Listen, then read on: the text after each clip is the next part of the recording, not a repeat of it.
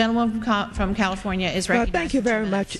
Madam Speaker and members, can you imagine February 18th when millions of households will have their TVs go dark and not understand why? Yes, it would be great if everyone had received their coupons, if everybody understood the transition to digital, but they don't. We could have a national emergency, and our first responders would not have the opportunity to have an interoperative system where they could talk to each other. And so, members of Congress, if you want your telephones ringing off the hook, if you want 9/11 tied up, if you want people knocking on the door of their neighbors and others trying to find out what's wrong, you act irresponsibly and not support this legislation and let all hell break loose, because we will have a crisis on our hand. I would ask the members, be responsible. Will you yield? Don't nickel and dime this legislation. Don't create an unnecessary bureaucracy. Just vote the bill out so that we can support the average American in having their televisions operate on not go dark on February 18th. President Obama did only one thing before he became president. Only once did he violate his one president at a time statement, and that was in fact on asking for a delay in the digital transition.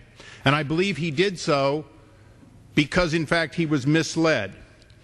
It is clear that there is doubt as to whether a gentleman named Gerard Salami, who is in fact a highly compensated $300,000+ a year individual with a company which is behind in their technology rollout for using this new spectrum, was on his transition team, although he is still the executive vice president of a company called Clearwire.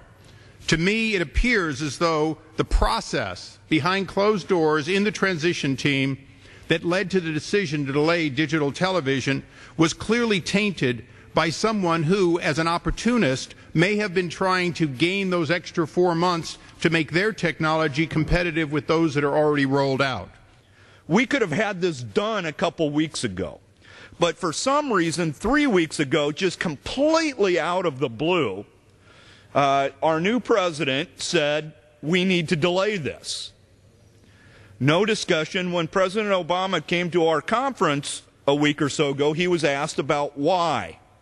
And the response was simply because the past administration messed up. And we need, he said, quote, our people are telling me that we need 4 months.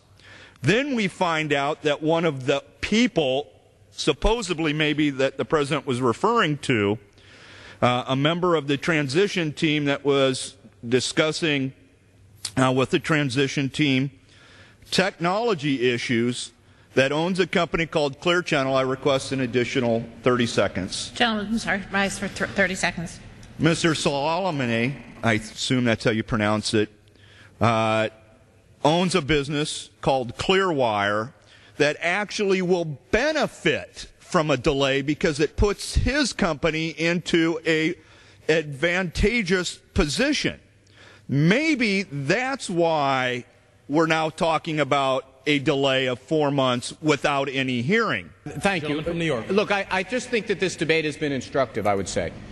That on one side you have people who are advocating for the 2 million people who are waiting without coupons, for the 7 million or so people that Nielsen say is in this universe of people that don't have coverage. On the other side, it's people that are advocating for who bought the spectrum at literally billions of dollars, and for the TV broadcasters because they have to run their two transponders.